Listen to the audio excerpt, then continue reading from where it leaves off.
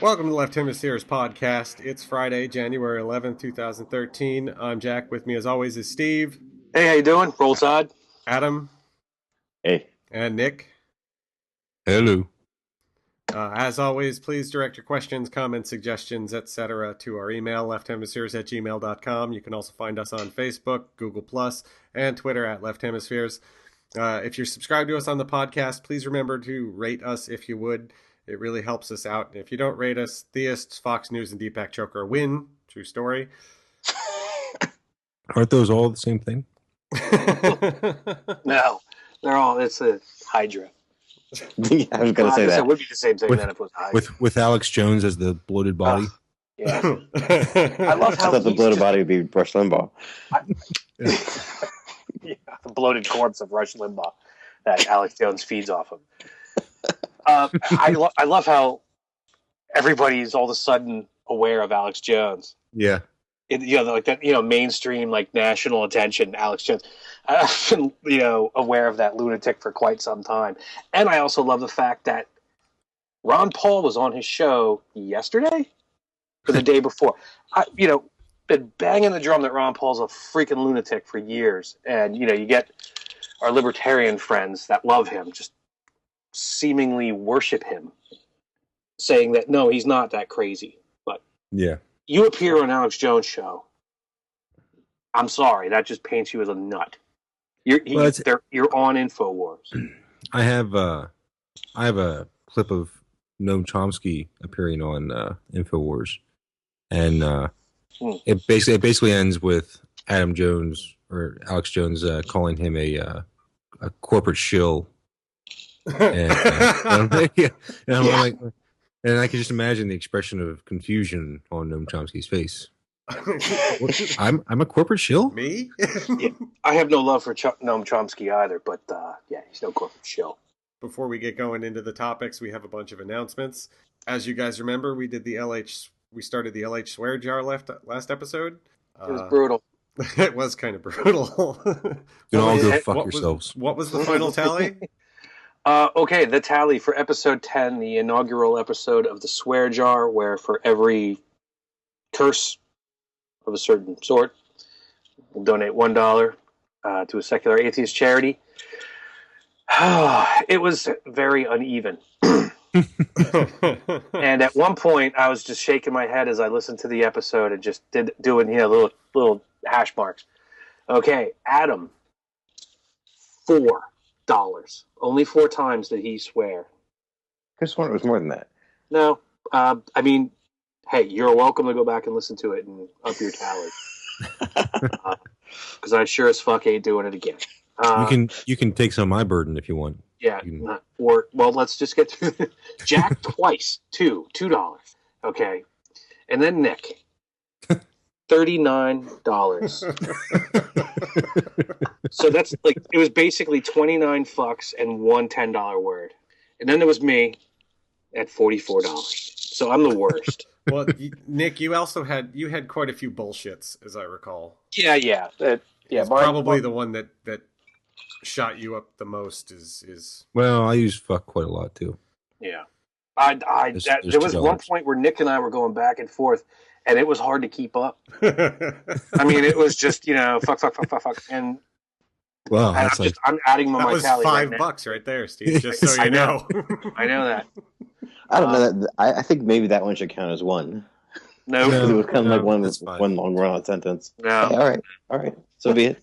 So anyway, that's $89 for episode 10 that we're going to donate to a secular atheist charity. We'll tally this all. We'll compile everything and add it all up at the end of several episodes, or I don't know, quarterly. We'll figure that out at some point, but we will most definitely be doing, and we'll make the announcement. Yeah, this is a horrible idea on my part, and I apologize to mainly Nick and myself. Okay, so yeah, that's the swear jar, $89. That's our inaugural episode. Me and my bright ideas, I tell you. Hey, just to be nice, I'll kick in an extra $1 to make it 90 even. Okay. I seriously doubt this will affect anything on us moving forward, though. We'll just be doing this the next week going, oh, man. There will not be a sparing of fucks, I'm sure. So anyway, next up on our list, Nick, you are our captain in this endeavor. So the idea of New Year's resolutions is a pretty ridiculous one because they're really there to make you feel good for that couple of minutes. Like, hey, I've accomplished something because I've decided to do X. And then you never follow through on it. 99% of New Year's resolutions are not followed through successfully. But you can still have fun with it. I have a couple of New Year's resolutions. The first one being I resolve not to go off on 15-minute off-topic tangents about vaccinations. huzzah! Golf clap right here. Anybody else have any? I'm going to try and get at least a book version of how to construct my 4-person chessboard out to the public this year. Oh, That's a real one. yeah. Yeah. No, I reviewed it. It's actually a really good idea, and I would want to play it. How many squares do you put on a 4-person chessboard? It's actually octagons. That's right. Well, that's the only way, clearly. It works. I reviewed it. It works. I went through the whole mind logical progression of it. There's 17 pieces per player. Everything's on octagons, which makes for some fun, different play techniques. Have you patented this thing yet, or copyrighted? I have a patent pending on the board design. Okay, so you can talk about this on the podcast and not get ripped off. Yeah. Okay. And isn't 3D chess good enough for you? no, it's not. And actually, the funny thing was when I told this idea to my girlfriend, she immediately brought up the episode of The Big Bang Theory where they made their 3-person chessboard. Mm-hmm. And I immediately pointed out that show is mocking of geeks and nerds and how their idea isn't as good as mine. Which Community is. Yes. We're we're community fans here, so yeah. Yes, a true geek-loving show. Yes, it's a celebration. It is Nerd and geekdom. I don't really have any. I never do. I would say that something I tweeted a few weeks back, I could basically adopt as my New Year's resolution, and it was something along the lines of, if I can really apply myself for the next 8 months, like just be like super awesome Steve, it will buy me 2 years of being slacker Steve. And this is sort of what my goal in life is at the moment, is to just kind of like... How Hegelian of you. Oh, shut up. Just to get a 2-year rotation? Is that your plan? Yeah, the whole circular aspect of it. Like, this is like professionally and like personally as well. Because I have like several huge projects at work that I'm like working massive amounts of overtime on, research things. So if I can get through that, and they're good, personal aspects of trying to work through the next couple of 8 months, it'll pretty much buy me the ability to eat nothing but nachos and do nothing at work for at least 2 years. Adam? Anyway. Well, I do want to actually read more books. I know that sounds ridiculous, but I read these little snippet articles, and I want to actually sit down and read books that have longer subjects that aren't meant to just, inject into your brain like a like a shot, to actually, absorb larger concepts, whether it's fiction, nonfiction, whatever, just to actually sit down and read books and actually sleep. Since I probably get somewhere around 4 to 5 hours every night, if that, which is really, really unhealthy. And I just turned 36, and the thought occurred to me that this could potentially be the halfway point. Yeah, I need to do that as well. Adam's resolution is to have a midlife crisis. No, it's just the balance of intellectual stimulation. You know what? Some kind of exercise, some kind of rest. You know what destroyed reading books? iPhones. This fucking blog. Mm-hmm. Oh, yeah, absolutely. I mean, I've read books since we started this blog, but not as many as I used to. Oh, so because now it is just article, and then like a book that pertains to something that I need for the blog. But I don't read nearly as much fiction or just other random topics as I used to. Yeah. Well, you know what can work to your advantage there? Audiobooks. I have considered this. Yes. I've done that some, yeah. I've been listening to not audiobooks, but lectures.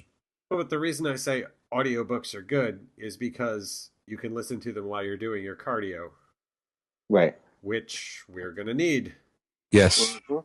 cardio. For the zombie apocalypse. Well, no. Well, That too, but yeah. We here at Left Hemispheres have formed a Tough Mudder team, or at least 3 of us have, and we will be competing in the event in Pittsburgh in August, along with some family and friends who are also on our team. I actually got talked into doing it by my sister, and then I somehow ended up creating the tee up. So we will be doing that, and Tough Mudder. For those of you who don't know, there's the link there. It's a 10 to 12 mile obstacle course with the obstacles being created by British Special Forces. There's an ice pool and other lovely things to go through. I like the electric field that you have to run through. That doesn't seem to... Don't talk about that. Maybe Adam doesn't know about that yet. No, he does. He said that didn't bother him. You motherfuckers are crazy. I'll tell you, no, seriously. Who isn't doing it? Seriously, it's the ice. It's just the ice water. It's going to be August. Look, Yeah, looking it's at still the, fucking ice August water, in dude. Pittsburgh. It's fucking hot. I'll be waiting for that ice. I mean, looking goddamn, at the where's that list water? of obstacles, the running over the hill of hay bales. Because when you hear it, it doesn't sound so bad, but then when you start thinking about hay bales Yeah. and running up them and how they're squishy, and that's going to be murder. And in the end, it really is about camaraderie and having a good time, and you're raising money for a charity, for a great charity, the Wounded Warrior Project, which is a great charity. Vets who have been injured, to help them with physical rehabilitation, training, and we also have a fundraiser. I'll grab that link and we can put it in the show notes. And I'll probably do a post sometime soon to our team fundraiser, which doesn't it doesn't go to us. It's just a focal point for people. Right. It's like sponsorship on any kind of charity marathon event type things. You know, the team's sponsored, but all the money goes towards the charity. Mm-hmm. But in the meantime, we have to train like psychopaths for the next 6-7 months or so. Right. It'll be the end of August in Pennsylvania. It's going to be hot. It's going to be really hot. Whatever. Pittsburgh's muggy. I know you're from Arizona, but dude, you might forget that nasty PA humid hot. So yeah, I'm sure we'll be having multiple, reminders and posts of this. It's late August and this is January, so yeah. Okay, and so that's our the Left Hemisphere's Tough Mudder team. We'll be getting you more information on that as the months tick down. The other bit of news here for the Left Hemisphere's podcast is that Andrew Hall from Laughing in Purgatory is going to be contributing on a regular or semi-regular basis, up to him, a bit or a rant to sort of break up our show, which he'll be either doing live with us or submitting, depending on what he's feeling. It'll be Laughing in Purgatory with Andrew Hall. Tonight's the inaugural episode. We'll introduce that later. Actually have no idea what he's planning, so I have no idea what he's going to say, which is always fun. Creative license. Exactly. You can do whatever the hell you want. Okay, so one of the things I wanted to start with this week, not really anything time sensitive, but just because of the stuff that's been in the news lately, I thought it would be an interesting thing to talk about. As a general topic, the atmosphere of anti-science and pseudoscience and anti-intellectualism that exists in the United States, and what brought that up most predominantly is the stuff that's been going on with global warming. So let's start there. Australia is on fire. Which sounds really cool. It sounds cool. It's on fire! We have friends there. It's not... Apparently, with the way the climate patterns move, Australia is turning into like this bellwether for global warming. They've actually had to add 2 colors to their weather charts. The heat index. Yeah, for temperatures that go up to they go up to 54 Celsius now, which is about 130 degrees Fahrenheit. I thought I saw a statistic saying that the average temperature on Australia the other day was like 104, like for the entire continent. Fahrenheit? Yeah, Fahrenheit. Obviously. Celsius. Celsius. There'll be no more Australians. Yeah, I talked to. Finally, our chance. Marsupials unite. Yeah, well, they're all dead New Zealand's too. like, it's our day. You know.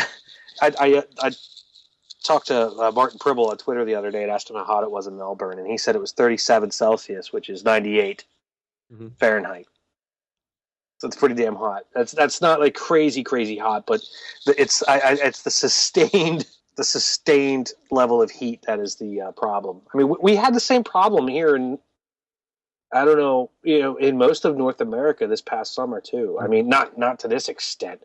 129.2 Fahrenheit is that's absurd. You don't see temperatures like that. I can't even fathom. I think the hottest I was ever in was probably about 50 Celsius, or maybe a little bit under. 122, and that was when I was working down in like Cortez, Colorado. 130 is just an insane amount of heat, and they're having horrible wildfire problems, which our summer, we had huge wildfires this summer here too. Yeah, you did. New Mexico. So, global warming is really starting to present itself as a really serious problem now. Yeah. The climate change, the global warming denialists, I don't see how they can still exist. I mean, other than obviously they have an ideology that they're not going to budge from, obviously. Well, if you noticed, I mean, they've shifted tactics now. They've stopped saying that it's not. They've stopped denying that the climate is changing. Right. They've started denying that it's man-made. Right. It's like, oh, well, we just can't control it. I've heard like, well, the sun is just getting hotter. It's not like we depleted the ozone layer. It's the light bulb. It's not the sunglasses. No, really, no. It's true. The sun is getting hotter incrementally, but not as much as we're deteriorating the ozone layer. Well, and this is the last year of in the solar flare cycle, and it's much weaker than last year. So we're not getting bombarded by the excess radiation this year that we even were last year. So we can't really claim that. We can't say, well, solar flares and the excess radiation and heat that's being directed towards us because of that is causing a difference, because it's not as bad as the previous years. That's only if you're limited to facts. Right. If you just make up your own shit, then it really doesn't matter. Right. Not all evidence is created equal. This is true. Well, just the next thing here is the next article on the same vein. It's just that this is 2012 was America's hottest year on record, only by 1 degree, but still, like on record as in like in recorded history. Yeah, and an average temperature of raise of 1 degree over the course of the year. When they say the average temperature of the country over the year, you have to understand the numbers that they're compiling together. I mean, they're taking all this local data of daily highs and lows, averaging those together into states, taking all that data and merging it together into one national number. So like our national average for the year was what, like 55 degrees? Something like that, yeah. 55.3, which is our national average. That's factoring in Florida and Oregon together, I mean, and Alaska. And Alaska. Yeah. And summer. Alaska was the only... This is just the contiguous just the 48. Contiguous, yeah. Okay.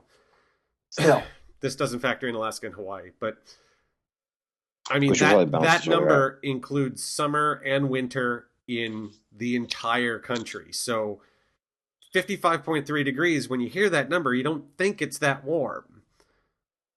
Right? And 55 degrees is a brisk day.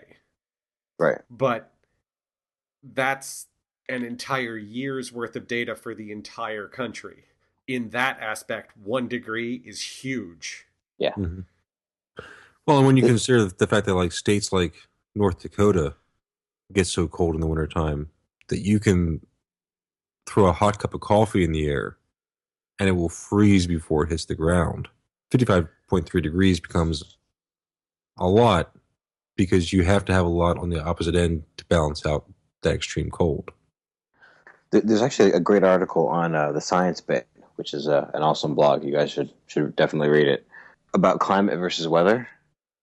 And basically that, when it's today, for example, in January, it was an unusually warm day for January, which is not climate, that's weather.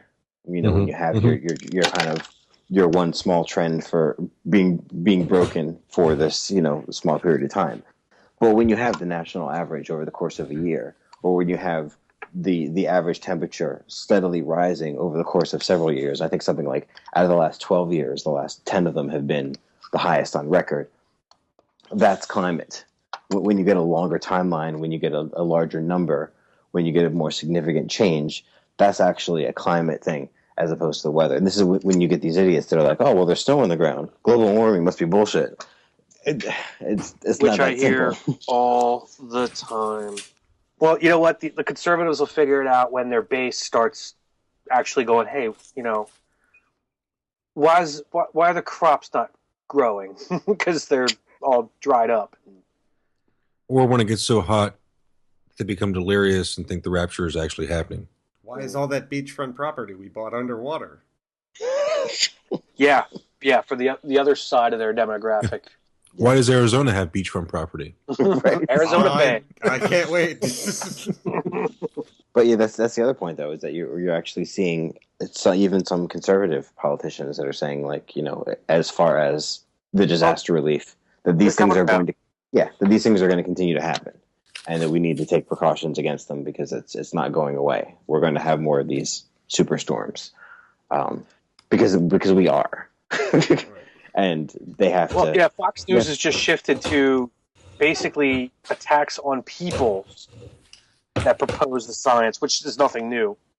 The Al Gore. This is like a tangent, but it's not. Al Gore sold Current TV to Al Jazeera, which is like a. Well, now Al Gore didn't sell Current TV to Al Jazeera. The board of directors at Current TV voted to sell to Al Jazeera. Okay. Al Gore is only like a 20% shareholder. So that I don't know how the vote went, but even if Al Gore was opposed, it still could have happened. Just for the record.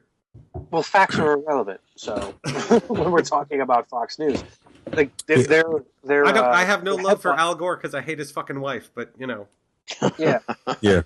Yeah. Their headline is "Global Warming Guru Becomes Rich Hypocrite with Sale of Current TV to Qatar."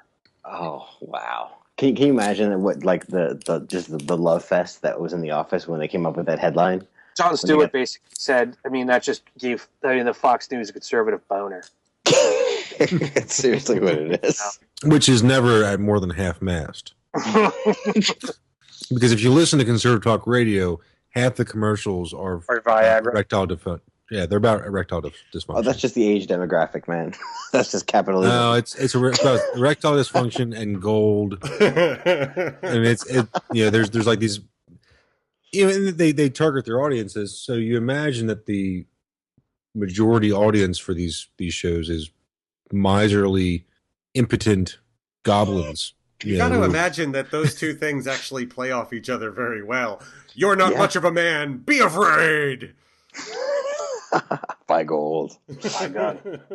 And buy guns. Yes, exactly. There was that Glenn Beck thing, buy guns and buy farmland and gold. Yeah. And seeds, non-GMO seeds. That's right. That's right. Because it's not like human beings haven't been fucking with food for the past several millennia. Norman Borlaug is the guy who developed strains of rice so the Chinese could feed their people, and did the same thing with strains of corn in Mexico. And essentially, if it wasn't for Norman Borlaug, 1 billion people would not be here. But I mean, but all of them, whether it's from the grains that we eat to the animals that some of us eat, the majority of the population eats, it's all been tampered with. It's just we have a greater ability to tamper with it. And does need to be oversight, but we're getting off topic. Well, there's also some great ingenuity going there too. I know we are off topic, but there's just recently going to Disney World and Epcot Center, and they're one of the little rides. They take you through these new and improved ways they have of like new theories for agriculture, where you see these little tomato plants that are hung upside down, where the roots of it are in this little box that they pump nutrients into, and one tree makes like 300 tomatoes as opposed to like 30 that they used to make before. So, evil. Not as God intended, I'm sure. Yeah, because he likes his people to starve. We have an infinite amount of land, so let's not do that. Now, look, there is another alternative. We could all stop fucking. Yeah, I sound. It sounds Who's terrible. up for that?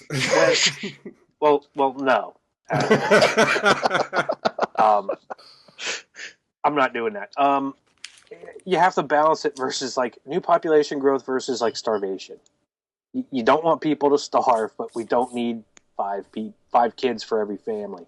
That is a separate argument. I mean, once the people are here, you have to feed them, right? I mean, no, I know that's that's. I'm just thinking like, we had all this corn, so it increased fertility. Because it did. I mean, you need calories in order to be fertile. Right. That's true. Hunter-gatherers were less fertile. That's why they had fertility goddesses that, were plump.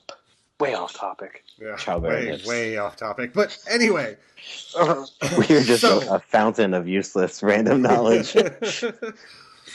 But the general thrust that we're talking about here is that science is trying to save our asses despite ourselves. Yeah. Trying to improve. Not listening. And other places are listening. In the Netherlands, this thing that they're trying to do to reduce their fossil fuel consumption and basically have a much greener country, they are painting the lines of the roads with photoluminescent paint, so it'll glow in the dark. They have automatic timers on the lights along the side of the road. They're trying to power those lights with little pinwheels that are driven by the wind that the cars generate when they drive by. And the coolest thing that I think they're doing is they want to build a lane on the side of the road, a priority lane, for electric cars that work the same way. Induction. It's induction. Yes, induction. Yes. Thank you. They want to have these induction chargers in the road surface. So when electric cars need to be charged, they can just pull into this lane and charge while they're driving, which I think is amazing. These other countries are doing a lot of things to try and address these problems and deal with these problems responsibly, and they're innovating technologically to deal with these problems. They're trying to move forward. And the United States isn't. And that used to be our wheelhouse. Yeah, it was. Yeah, they're building it into their infrastructure. And we can't even keep our highways up to date. Our infrastructure is disintegrating at a rapid pace.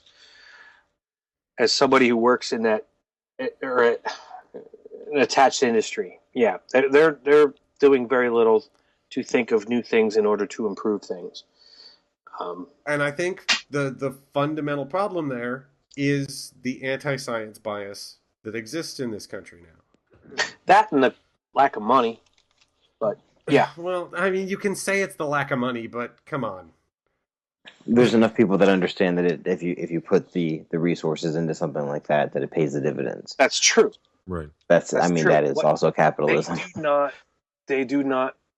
For a bunch of capitalists, most Americans do not see what real investment in the future is. No, because they want their investment to turn around in 4 years. Well, because they want the investment to be in the private sector. We've been drilled into this idea that government innovation is bad, right? I mean, this is why NASA is dwindling. Yeah. Even though we've been living off the innovations that NASA made for the last 30 years. But Adam's correct. It's short attention span. Mm-hmm. And it's a need for individualistic profitability within a short attention span. Not not a because if you say the word, communal, fucking forget about it. This will be good for all of us. It's a collectivist thing. Fuck that. Right. I want to live in my hole with my money. I don't want my money. I don't want my money to go to somebody else. I want to pay to an out group. I don't want the government to have anything to do with my money. The government is what gives your money value. Just so you know, if it wasn't for the government, that piece of paper would be worthless. You'd have to buy gold. And even then, gold is only worth something because we all agree that shiny, pretty things are cool. Gold is fucking stupid as a thing to have that's valuable. It just kind of is. Aside from its ability to conduct electricity. Yeah, aside from that, it's pretty worthless. It's shiny. No, but it's not even, I mean, it's decent at that, but... No, it's not the best. Silver's the best. Can anybody... This is a major tangent, but I do want to throw it out there. Can anybody think of a conservative argument against what we're talking about? A conservative argument against American ingenuity? The government's the one that produces the money. The government's the one that produced ingenuity in the 1950s and 60s. Like, Eisenhower built the interstate, and then Kennedy built the space program. And it's important that the government did that, because all the technology that NASA developed during the space race, since it was developed by the government, it is therefore in the public domain, so everyone can use it. There's no patents that apply to it. Right. And that's what's important. Wait. And not a conservative, like, I'm not even talking about, like, religiously, like, politically. Like, the conservative mindset of no money in the government should do absolutely nothing or very little, if at all. Like the fiscal conservative. Yeah. Yeah, leave the wackos out of it. I don't really know what it is. Yeah, I don't really know what it is. I don't know, because all my arguments are pro. Yeah, I think it's about the in-group and the out-group. I think that, like that basis of conservatism of making sure that you and your immediate family and your close-knit immediate group of people are taken care of. No, yeah, never mind. Because that's not what I'm talking about. Like, their inability to use the government properly. Their absolute opposition to using the government in order to advance humanity. Like, that is seen as, like, a negative, evil thing. Right. Well, I've heard some conservatives recently talking about Kennedy in a favorable light, with specifically about O'Reilly's recent book, Killing Kennedy, coming out. And these are usually older people who remember Kennedy and remember him fondly. And their take on Ask Not, the Kennedy quote, is totally different than I think Kennedy actually meant it. They're interpreting it as, don't take handouts, don't take food stamps, don't take government assistance in any kind, in any form. Right.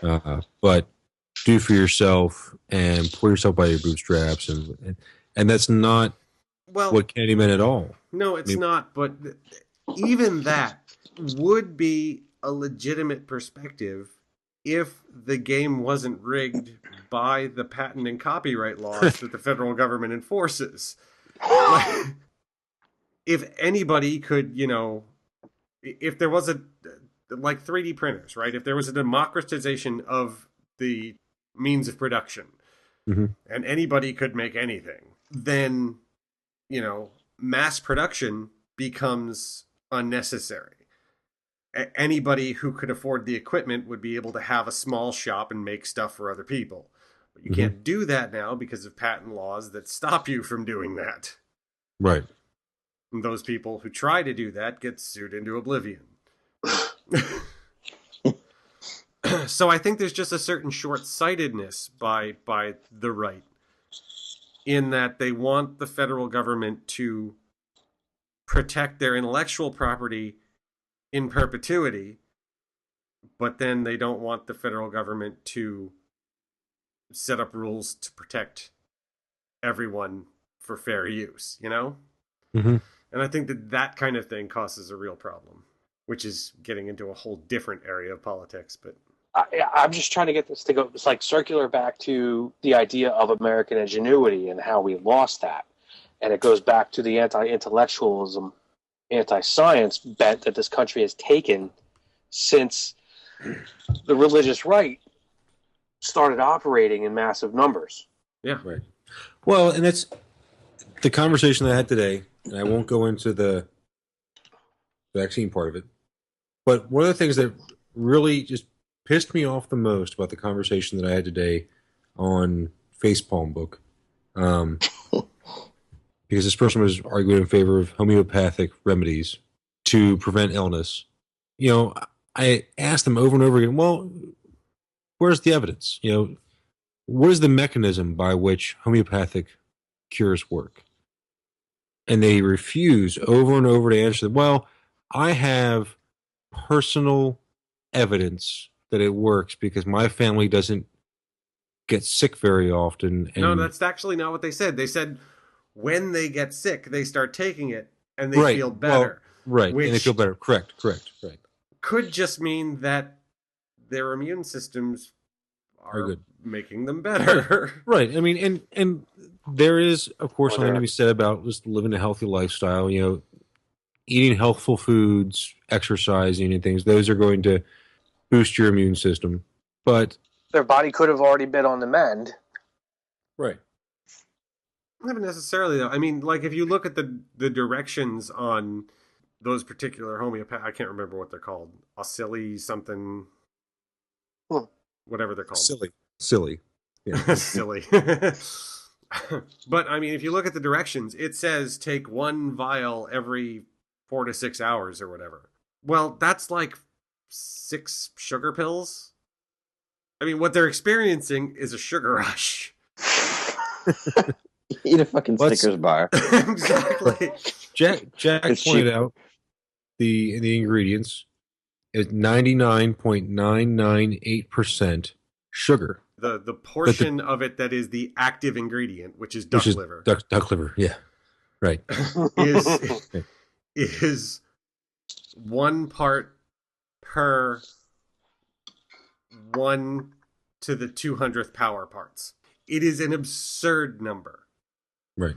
And if this stuff was so good for you, then why aren't people who eat foie gras invulnerable?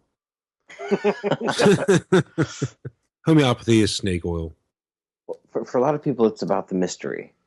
And it's about, well, you know, Western medicine doesn't understand this, or these are the things that Western medicine is trying to hide from you. So it isn't even like they're using, like, it's a form of an anti-science thing, but it's more along the lines of, because it's mysterious, that's what makes it viable. Because we don't understand it yet, it has these mystical properties. Like, the fact that there isn't science to back it up is somehow supposed to be an advantage over the, you know, rigorously tested and APA approved medication that we all take. Because scientists are all shills working for big pharma, right? Right, which was something said over and over again. It's a giant conspiracy. Right. Yeah, they did say that too. I heard and it goes back. I mean, it's supported by the anti-science thing that has been reinforced in this country for 40 some odd years. You know, basically, we touched down on the moon and then we fell apart. Mm-hmm. You know, not scientifically, but I mean the attitude of science within this country, where you know, it's derided, it's not trusted, it's considered part of a conspiracy. Right. And we had about 15 years of, you know, science and engineering, you know, let's go. And then right around 1970, we said, that's enough science for us. It's getting too expensive. I heard a great quote where, well, that's not why, but yeah, I know. Just so many people thinking that the big pharma thing, and that, you know, if somebody ever came up with a cure for, say, Parkinson's, that they would, you know, figure out a way to slow the cure down to a crawl, and, you know, the pharmaceutical companies would take over. And the quote was, can you imagine an actual scientist discovering a cure for anything and not publishing it immediately? Mm-hmm. Yeah, exactly. Like an actual scientist, like an actual person. Like, can you imagine a person who could actually be smart enough to cure cancer, because this wouldn't be one person. Obviously, this is the kind of thing that it would be a team of scientists that would come up with some kind of a solution like this. And the black van doesn't pull up outside of the lab as soon as they cure cancer and throw them all in the back. No, and in fact, even if they didn't publish, the company, like if they were under contract with a company and all of their discoveries were property of the company, it's all R&D. Yeah, the company would patent that immediately, and patent records are all publicly available, each and every last one of them. Well, everybody would know about it in 24 hours. The whole planet would know. Well, not until after the shareholders had a chance to buy more stock, because the stock's going to go through the roof after the announcement. Sure, somebody would make money on it. Okay, right. Agreed. So, but it's not like it would be hidden.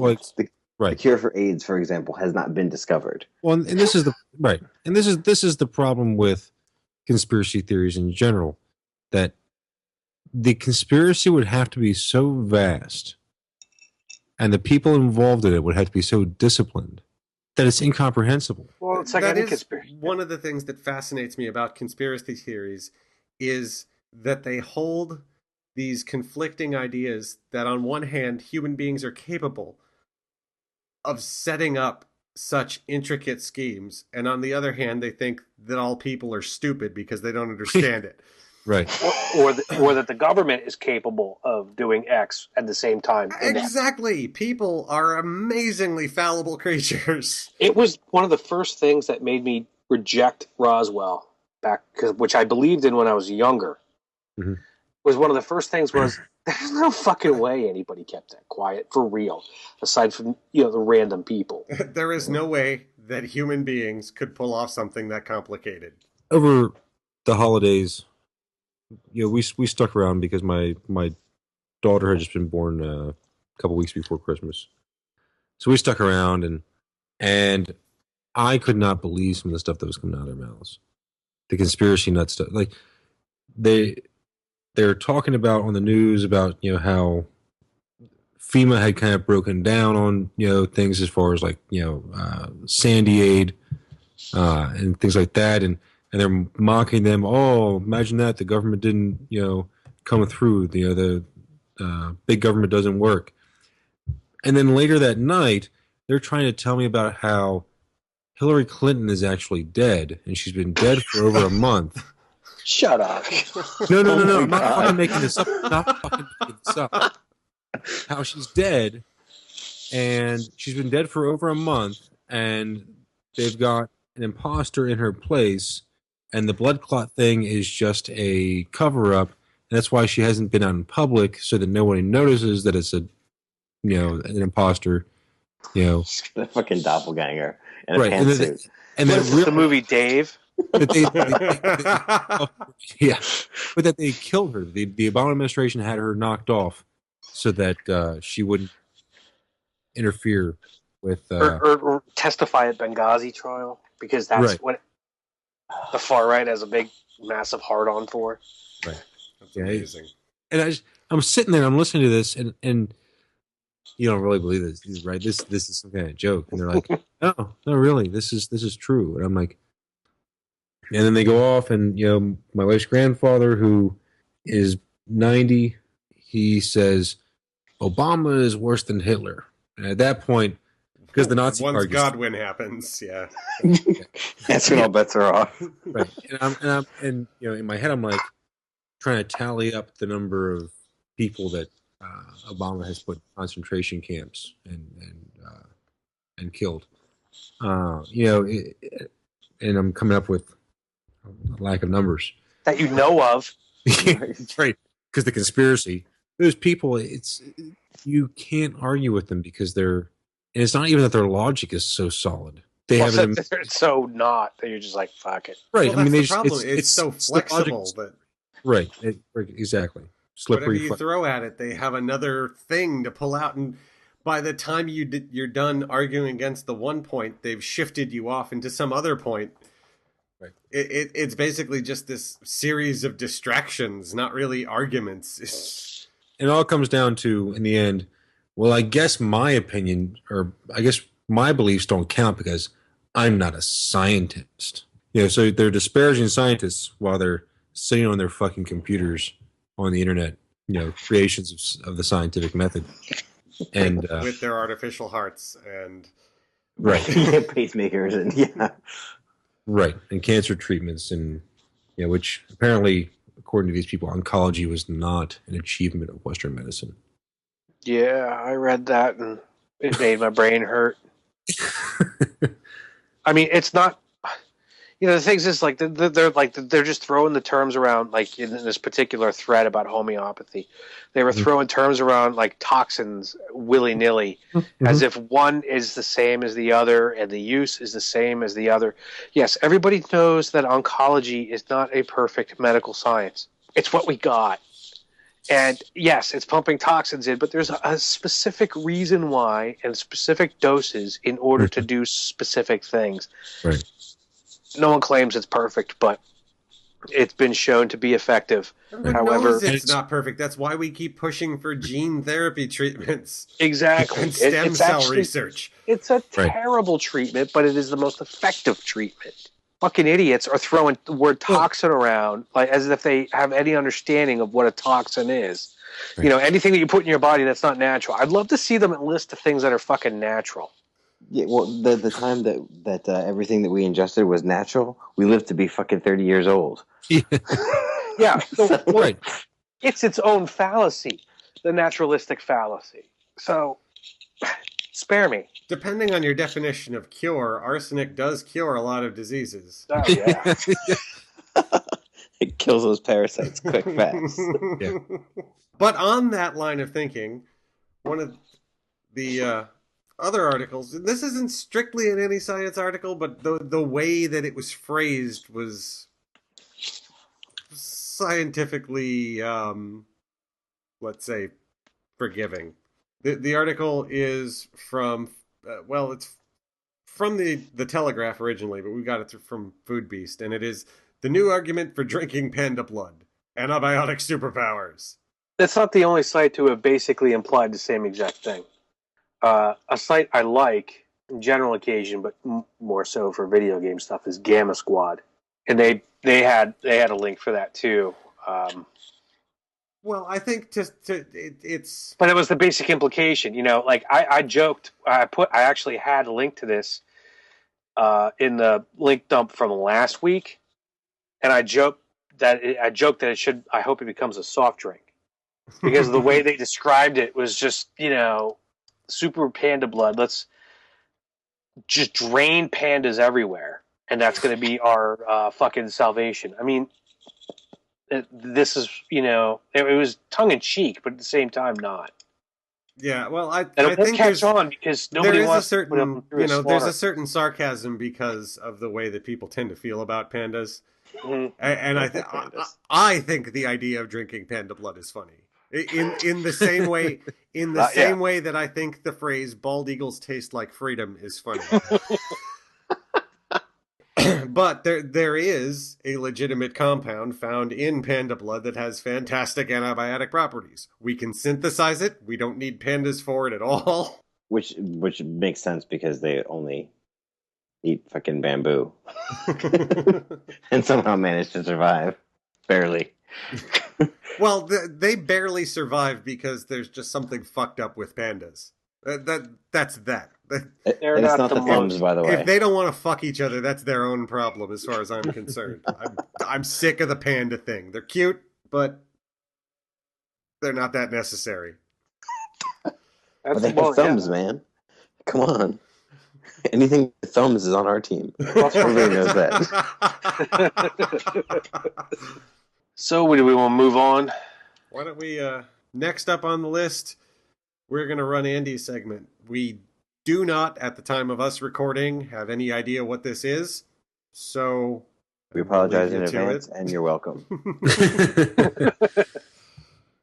Here you go.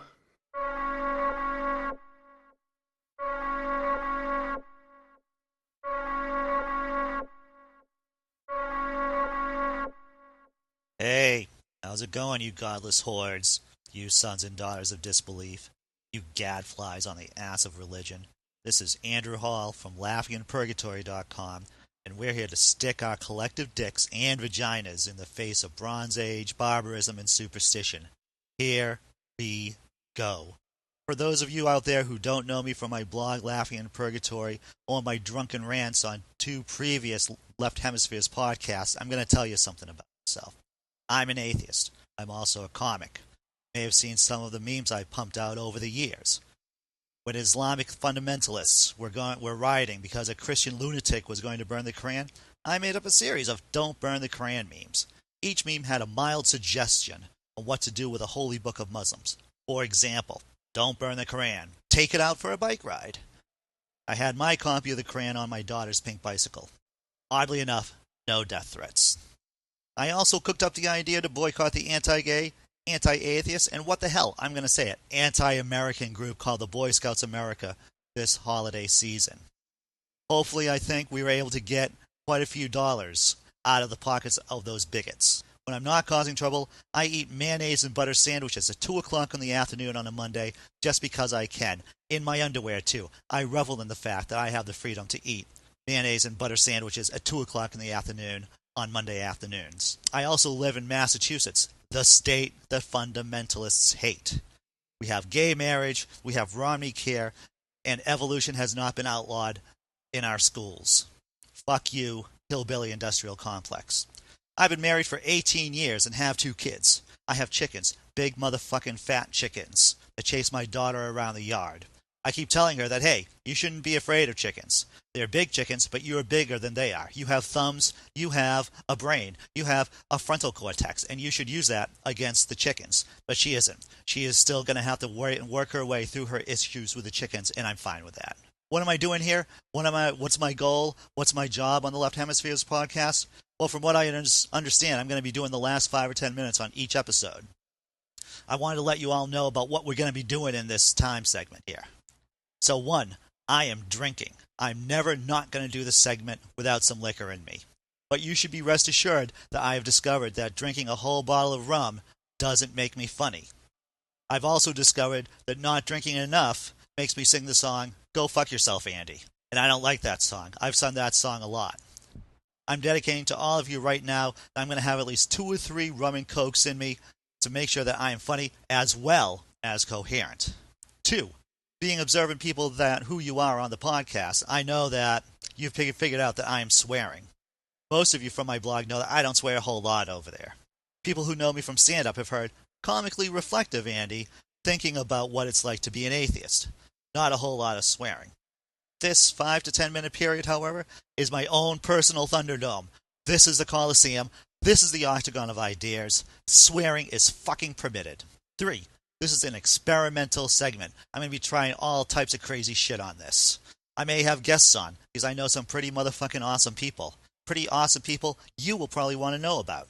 Now, some of you may say, Andy, I've already hit my quota of awesomeness. I don't need any more. And I say to you, no one has ever hit their personal quota of awesomeness. And if you say you have, then I think you're a psychotic, or you're a liar. There, I said it. I'll probably throw in a rant every once in a while, probably with bullet points, like I am speaking just right now.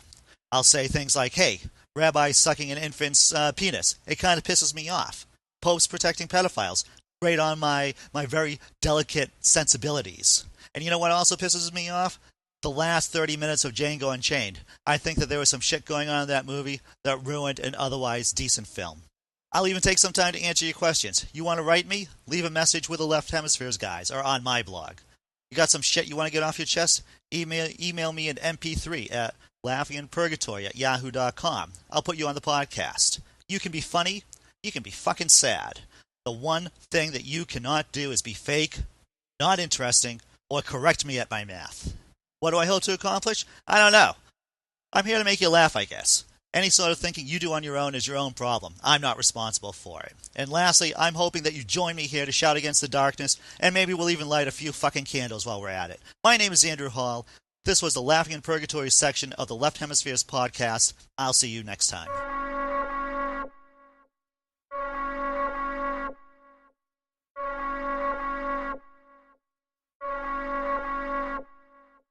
Okay, so we hope Andy's bit was pretty good. I know I laughed. On to the next thing. There was an NBC News article that was, have Scientologists constructed a space alien cathedral. This is a weird story for a few reasons. Yeah. So basically, it starts out with this this underground storage vault built in the mountains of New Mexico, and a lot of different blogs, podcasts, and such were touting this as being this kind of like a landing strip for aliens, because it has this these giant like symbols that actually look like Chinese I Ching coins to me. I've heard some breast references, but that's just I see I Ching. I'm sorry. I thought it was funny that everyone else thought it was breast references, because that's not my immediate thought either. But essentially, what these are is it's the archival storage for the preservation of L. Ron Hubbard's scriptural writings and lectures. So it's like it's in this vault that supposedly can withstand nuclear fallout. Essentially, what it is it's just a storage facility for their holy documents for Scientology that can be seen from the air. The thing that people keep getting wrong is because you can see it from the air and because they're Scientologists and they're fucking whack jobs, we're assuming that it's so that when the aliens land, they can find L. Ron Hubbard's special spot that's written in English. Just because they're batshit crazy does not mean that they're batshit crazy in this particular regard. They're not batshit crazy in that direction. Right. It's basically just, and again, it's a modern religion. So this is their way of protecting their documents from modern threats. They're, of course, anticipating possibly or preparing for some type of, not necessarily an end times thing, but some type of apocalypse or some kind of natural disaster or World War III or whatever. And they've found a safe place to put their holy documents. It's probably not that different from the vault that the Declaration of Independence would go into if there was some kind of a disaster. I'm sure there's some robotic arms that would pull that shit out like Iron Man and stick it in some kind of vault somewhere that you'd only, it's the same as that. It's just except that Nicolas Cage couldn't open it with a screw gun. This is true. But Tom Cruise probably could like with his mind. Because the Scientologist just does. As he says. Oh, the landing strip is there because John Travolta has a fucking jetliner. I think one of the other things that the article says too is just that because the facility is in such a remote area, that the most practical way to it is by air.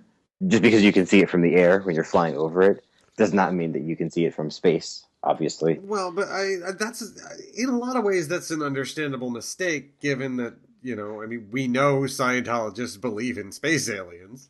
Sure. And that they've been here. Right. I think the real crazy thing is that they give a shit what anybody in the future is going to think about their crap. I think that, the craziest part is that they actually think that anything L. Ron Hubbard ever said is worth putting on a platinum record and burying in a nuclear bomb-proof vault. But since every member has to, you progress through the fold as you donate more money. Yeah. They have so much money that they probably don't really know what to do with it. So why not, increase it? It is a total waste of resources. It's one of those instances where you can say, wow, religion, just pissing away money. Mm-hmm. But they don't have as much shit as the Vatican, so. Yeah, it's probably a drop in the bucket. Yeah. Which apparently the Pope is concerned about the disparity between rich and poor. That was in the FLD. That's right. Yeah, that's right. Yeah, with his throne. Yeah. I'm sure it's keeping him up at night. Yeah, just sell your fucking red leather slippers and feed a starving village. Then fucking get back to me. But this isn't about the Pope. It's about those. It's about Scientology. No, really, I don't really have anything else to say about it other than that. It is a weird little story, and yeah, it's strange how it kind of got out of control. It's the internet. It's one of those stories that tends to miss the point, where it's, are Scientologists doing this weird thing? And nobody bothers to say, wait, Scientology doesn't make any sense. Yeah. When was the last time you saw an article about Scientology rejecting psychology as a thing? Right. Yeah. Yeah. I mean, Yeah, they the ignore only that. time they get any kind of play on that is when Tom Cruise rears his head and says something fucking crazy on camera. Right, goes after Brooke Shields or something. Yeah. Right. Or when his wife leaves him under the cover of darkness. And they hide Again. her in the Vatican just to protect her from the Scientology thugs. But moving on to Christians. Boy, did they have a week. Oh man. Yeah, well, this next story has been brewing for a while. There's a school in California where there's a bit of controversy over the teaching of yoga, and they're worried that it's yoga. It stems originally from Hinduism, and I guess there's a group of parents that are against having this taught to the kids there because it's religious indoctrination. So they're starting to claim their First Amendment rights that this shouldn't be in the school. The irony here is that the organization that is doing this, that is suing the school on behalf of the parents, which I think a lot of people are kind of missing, as this National Center for Law and Policy. They're a far-right Christian law firm. The Christians are claiming this religious freedom as they always try to, indoctrinate other people's kids. But you put a secularized version of yoga in school and they lose their minds. Well, I guess the question about that is, how secularized is it? Because the organization that is doing the teaching is a religious organization. It is a religious yoga organization. So I can see their point there, except that they're hypocrites. If there really are religious teachings within it, then I agree. Yeah, I think it should be taken out. I fully agree. As soon as they mention the word chi, it's all over. It's still ironic. They go to these lengths because they always get bent out of shape when anyone else, tries to remove Jesus from school. Well, here's the thing. It's the hypocrisy of this that makes me laugh. Yeah. If they're promoting anything that is spiritual or anything, then I'm right there with them. It should be removed. But I find it immensely hilarious, given the group that is, jumping on board here. Yeah, it's the same group of lawyers that want to teach creationism as teach the controversy people, right? Right. What it comes down to me is if it's not ethnocentric, then it's indoctrination. If it's not, our specific little brand, then it must be some type of evil indoctrination that you're doing. And it seems like where the article says what the mother got so up in arms about was that they are being, here's the quote, they're being taught to thank the sun for their lives and the warmth that it brought and the life that it brought to the earth. And they were told to do that right before they did their sun salutation exercises. She's upset that they're teaching the children to thank the sun because she's seeing agency in that. And the only agency that's allowed is the government-sponsored religious one. Right. Well, that makes perfect sense because, Yahweh was a storm god. Mm-hmm. You can't have people worshiping the sun when you're supposed to be worshiping the storm god. Well, there's two things with that. One is that even if it were part of the Hindu religion, the Hindus still think that the sun and the moon and the stars and all those things are all manifestations of the god. Like the Godhead is basically the entire universe. Right. So technically, thanking the sun is still thanking God. If it were Hindu indoctrination, it would be closer to Christianity than they think it is. But aside from all that, have you ever met a fucking child? Children have rich fantasy lives. They have magical thinking.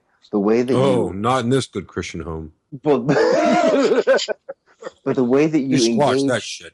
Yeah, the way that you engage children in something like yoga, and the salutation exercise for the sun is literally standing with your arms straight up in the air, like raising your arms up to the sun and thanking the sun for all the things that it gives you, which it kind of does give you everything. But aside, it grows your GMO crops and right. But children are going to assign agency to things like that. Have you ever seen a child's drawing with a sun that didn't have a smiley face on it? Like that's just the way that it works. That's But idolatry, Adam. Yes, I know. And it's okay. You might as well just let your kid freaking have a golden calf. The sun is hot, and that means it's Satan. Yes. But the way that you engage children is to tap into that type of fantasy world. You get their imaginations flowing, and you're getting them to move. And you have to use simile and metaphor. And you say that you're going to stand up and you're going to be a tree, or you're going to reach for the sun. Like, that's how it works. And this is clearly a person. Right, and that tends to be how all the poses in yoga, they all have some name or other like that, like downward facing dog. Right, it's all nature. Right. They're not telling you to worship dogs. They're just, this is the position that dogs go into when they stretch, and we're emulating that, you know? Yeah. Well, but especially Catholicism, but Christianity in general, nature is icky. That's true. And you don't want to emulate, and you definitely don't want to say that human beings are animals, and you don't want to identify with them in any possible way. But the Catholic religion is probably the branch of Christianity that has the closest cousin to yoga as part of it. Like if in the Hindu tradition, yoga is a child rape? No. I'm trying to think of what downward dog. Oh no. No, but I mean, like, if you think of yoga in the sense of the Hindu religion as being a exercise routine kind of rolled into the spiritual practice, Daily ritual. yeah. Mm-hmm. And you see almost kind of a lazier version of that with the Muslim prayer rituals. Okay. Because there is a certain amount of, movement and stretching involved in that. Sure. And then Catholics have their Catholic aerobics. You know, you go to Mass and it's sit, kneel, stand, sit, stand, kneel, sit, stand, sit. So... I think it breaks down to that fear of multiculturalism, which a lot of these people conflate with liberalism, which cracks me up. But it's really the fear that if their children are exposed to ideas, really any ideas, that they're immediately going to adopt those ideas. Just the fear that anything that's not European, Anglo-Saxon, their ideas American are so weak and paper thin that anything that might be introduced to their If you kids. give them anything else, they're just going to latch onto it. Yes, because anything not American is anti-American. Anything not Christian is anti-Christian, and it's such an oversimplification of it. But imagine being so terrified. Like, what are you going to do when your child has history class? And they learn about like my son in kindergarten. He came home around Christmas time, or actually around Hanukkah, and he came home with a dreidel, and they were making dreidels in their class. And they were learning about Hanukkah, and I was like, "Wow, this is interesting." And then he learned about Kwanzaa, and they were learning about all the things chronologically where they fell in the month before he got to Christmas. And that was his initial indoctrination. And their argument would be, but then they don't get to learn about Christmas on Christmas. It's just like, that's because you guys made sure we had it off. During one of my conversations with my wife's converted Catholic cousin that converted to Catholicism, about separation of church and state and schools in particular, she said one of her arguments in favor of having quote unquote God in schools was that children at a young age do not know the proper way to pray, and not all parents have the money to send their kids to religious schools. Therefore, it is important that they be taught in school the proper way to pray. Because ritual, like we were talking before, ritual is so important to Catholicism that if you don't hold your hands right and say the lines right, then you're not going to... Who the fuck is this kid? He can't even fucking pray right? I'm not gonna listen to this asshole. You know, he's like the professional wrestling referee. I don't see that. You didn't do that right. My back was turned. Right. Yeah, that's all very specific. I thought it was supposed to be easy. No, not in Catholicism. Mm-hmm. That's kind of how they. That's kind of like they can always get you. Kind of blue law of it all, where you know you have lived a perfect life, but your thumb was a little off that one time. Yeah. Well, when your church is autocratic and has existed for 1,500 years, you tend to get fucking hung up on rules. We have to do something with all that time where the culture around you is evolving when you're trying so hard to stand still. Well, as like we were talking about last time, where they just kind of like theologically adapt to the modernity around them. If I said that right. So they have to have like these complicated rules for everything in order to make sense of anything, and then they themselves just become like a series of rules. There's nothing to it. It's bullshit from top to bottom, just because they're like technically, highly ritualized. Might even be worse as evidence. As I was having a conversation with someone the other day, and we've talked about this before as well, the more specific God is, the more easily laughable it is. Mm-hmm. And like from a probability point of view. We've said that before, that the most defensible theistic position is deism. Shit, I think, Adam, you wrote a whole post on this, the God box or something, or to that effect. The larger God is, the least amount that he does. Right. Would be the higher probability. Yes, exactly. And then as you draw it back in, God gets smaller and smaller because he's more specific. The probability of that just goes down to an absurd level, almost next to nil. Right. Yeah, because as your concept gets more and more specific, you give him so many rules that he ends up negating himself because he still has infinite powers. But when he has so many rules that he has to follow, then he just becomes an absurdity within an absurdity.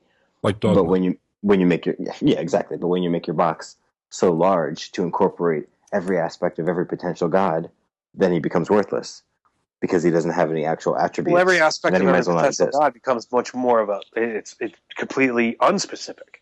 Yeah, and then when he doesn't have any actual attributes, then he might as well not exist. Then it doesn't actually matter if he does or not, because if he doesn't interfere and he doesn't care, then it doesn't make any difference if he exists. Yeah, so fucking what? Who cares? I'm much less concerned with our origins than I am with our present state. If the deistic God is true and there's just a prime mover, and that prime mover then moved on to moving something else after us. It's Crumb. Crumb. Nice. I have never prayed to you. You do not listen, then to hell with you. If there is a God, that's a God that I want. The one that, if you pray to him, he's like, the fuck is wrong with you?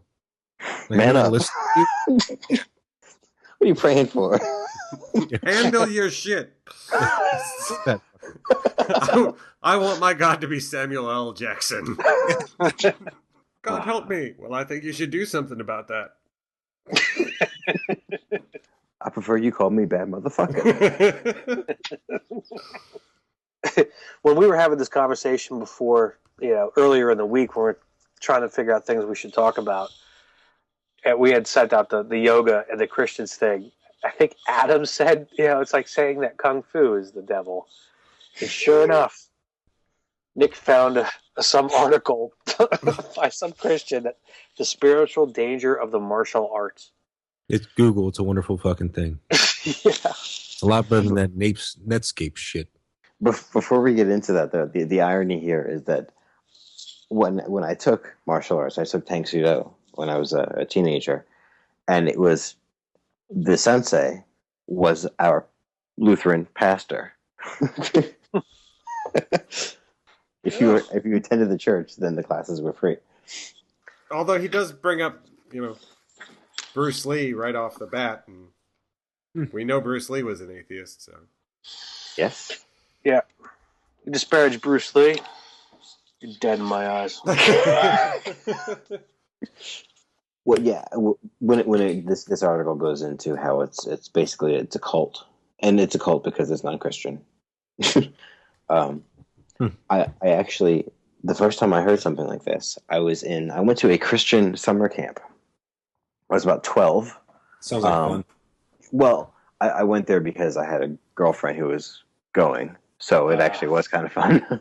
But one of the like little seminar things that we had was this person who I now understand to be an evangelical Christian. It seemed like it was pretty non-denominational, but it started getting more and more specific and creepy as the week progressed. I was still a theist back then, but That's how they operate. yeah, it is. He starts talking about there being, dinosaurs on the ark and all that other kind of shit, and I'm just like, whoa. But anyway, one of the other things that he said is he was talking about at the time, Teenage Mutant Ninja Turtles were all the rage, and he went down the line, all four, adjectives, and how, well, 3 adjectives, 1 noun, just about how they were. Each one of these things is what made them so horrible. They were teenagers, so they were rebellious. They were a mutation of God's creature. Ninja, he said Eastern occult, and I almost lost my fucking mind. Eastern occult, just because it was ninja. And I was just shocked and appalled, and just looking around, and everyone else, like all of these other little teenagers, they're all nodding their heads, and I'm just like, And I still believed back then. But I think that the seeds were already being sown. So the spiritual danger of the martial arts is really just that it's not Christian, right? That's essentially what it comes down to. Considering karate a religion or in any way anti-Christian is absurd. It's just anti-European. It's not even anti-European, it's just not European. It's just not European, exactly. That's what I mean. Like, it's just it's just not WASP. Anything non-WASP is bad. Like Jesus. Yeah. They're not recognizing that they're doing the exact same thing that they jump on that atheist group from Wisconsin about. Not just that something the that fact there's anybody from in-state making the complaint. Chambersburg, Pennsylvania, in the middle school, I think it's in the middle school, maybe, the Glee Club, which apparently is a 4-credit club, they get graduation credits for being part of this. They perform a live night nativity and religious Christian Christmas songs. There was a complaint made by a local to the FFRF. FFRF responded, sent a letter, and people in Chambersburg are freaking out about how their rights are being taken away because they can't impose their faith on others. Their religious freedoms are being impinged because they can't openly practice it in a state-sponsored facility. Right. Taxpayers are not forced to pay for their religious festivals. Last up this week, Steve, you want to explain this one? Yeah, I don't know. I was it was actually goofing around while at work. And then I sent you guys a few ideas. I had this idea of, the Christians get so pissed off about billboards, that, the atheist orgs put up. And, a lot of the atheist billboards are kind of stupid to begin with. They should be designed to make people think. And, as much as I appreciated your face stuff, there should be a level of cleverness to it. But it just got me thinking of one of the ways I really think would just be funny to kind of troll America would be to have atheist billboards that aren't apparent, where they would just kind of like be making fun of them, but they might not know it at first, but it would sort of plant a seed. Yeah, like the first idea I had was to have a billboard to just basically say, if you allow yourself to believe anything, all things are possible through Christ. It was my first idea, just because I thought of that. It was actually it was in reaction to something I saw on Facebook that was just Christian jibber jabber, and I was just like, you can say anything in a certain context, and these people will think it's just immensely complicated and inspiring, and it just blew my mind. So then I started thinking of what else should we do. And I threw it out to you guys, and we could put it out to our listeners and people that read the blog. When tragedy occurs, here's some other ideas. Remember, it's not a delusion if it's found in the Bible.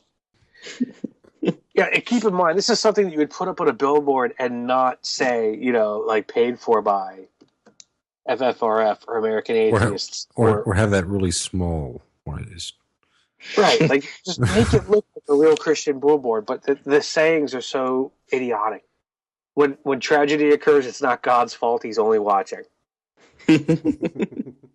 Which is also one of my favorites. And then Adam had a couple. I don't know if you remember yours, Adam. I do actually. Well, with the first one probably not really fitting too much, but take responsibility for your mistakes. God is only responsible for your success. No, see that works. That works. Okay. Stop thinking and start believing.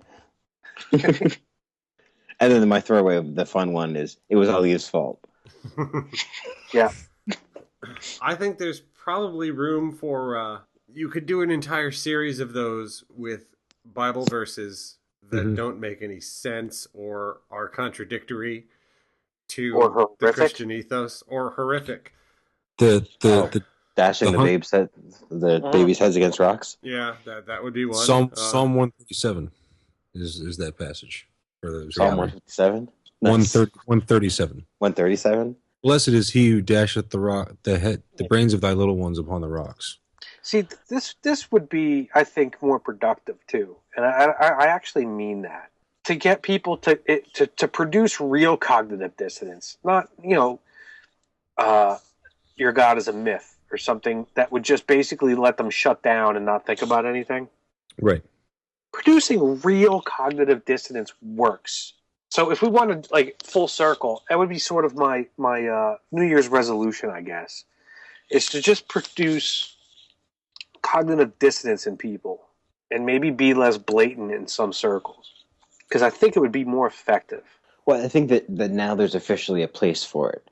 I think that even 10 years ago, when new atheism was new, the trail needed to be blazed. You needed to open it up. You needed to have the angry atheist. But I think now that there is a space in, not just in the atheosphere, but in the larger intellectual sphere, for something like this, where there wasn't a place for it before. But I think that this is the time for a little bit of subtlety and some tact for a fucking change. Yeah. Smart trolling. There should be a hashtag on that one. Smart trolling? Yeah, there should be. That'd be a good one. Like a smart bomb. Make it happen, America. Well, I think it's like borderline troll and Poe. Except for, instead of like the usual Poe where it's just so far insane, but you never know. This would be like sort of the opposite of that, where it's just over the edge, where it sounds like your typical religious dribble. Well, I mean, and you can do that even in conversations just by asking complicated questions. I remember back at Penn State. The Socratic method, yeah. Yeah. Well, but the Willard preacher at Penn State, I wouldn't usually openly argue with him, but I would just ask him difficult questions. He'd talk about evil, and I would say, well, didn't God create evil? And he'd be like, no. I'd be like, well, God created everything. So, which would be a good billboard. That's, yeah. God didn't create evil. He just created everything else. I've heard that where they talk about, evil being the absence of good in the same way that dark is the absence of light, which doesn't make any sense. But no, because it's an action. Right. The college that I went to, we also had a on-campus preacher. I was there as a 24-year-old freshman. I had my introduction to art class that I had to take, and we had to do a performance art piece. I dressed up in my Sunday best, and I went to the library, and I checked out the book Chicken Little, and I went down to the Oak Grove, which was like the big common area in the middle of campus, and I started preaching the word of Chicken Little. About how the sky was going to fall, and that it was, that Chicken Little had come to, to tell us the good news that the sky was going to fall, but he was warning us that those who did not listen were following Foxy Loxy and doomed to be gobbled up by him. I had only been out of the Marine Corps for about a year at this point. So I'm doing my best. I'm doing this, and I'm doing this in a very, very loud Marine Corps, not militant. I mean, I am channeling the best of Billy Graham, Yeah. but with the bombastics of the Marine Corps. And this guy, he switches from giving his little sermon to talking about blasphemy and pointing at me and yelling and shouting and being as loud as he possibly could, which was not as loud as I could be, which forced him out of there for the day. I stopped at times because people would come up and ask me, hey, what are you doing? What's the purpose of this? And most people were like, oh, that's kind of interesting. But I did get. There's one in particular person that stopped me that said, do you think this is mature? And I said, well, yes, it's perfectly mature. It's no less mature than telling people they're damned because of something that somebody did supposedly thousands of years before they were even born. How fucking mature is that? But it was a great experience, and I unfortunately do not have a copy of that.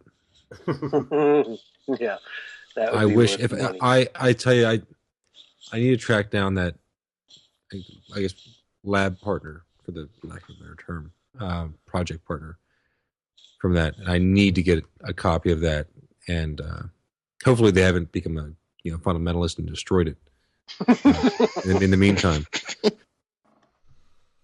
Well, on that note. Yeah, I think that pretty much wraps us up for the week. Well, everybody, thanks for listening. As always, please direct your questions and comments, etc. to our Gmail account, lefthemispheres@gmail.com. Like us on Facebook, follow us on Google+. You can find us on Twitter, @lefthemispheres. And please go to iTunes and subscribe and rate us if you would. We'd really appreciate that. Thanks for listening. Have a good night. Roll Tide. Roll Tide. You Just gonna be a fucking dick tool. about it. You fucking tool. Be a dick about it. I don't care. Fuck you.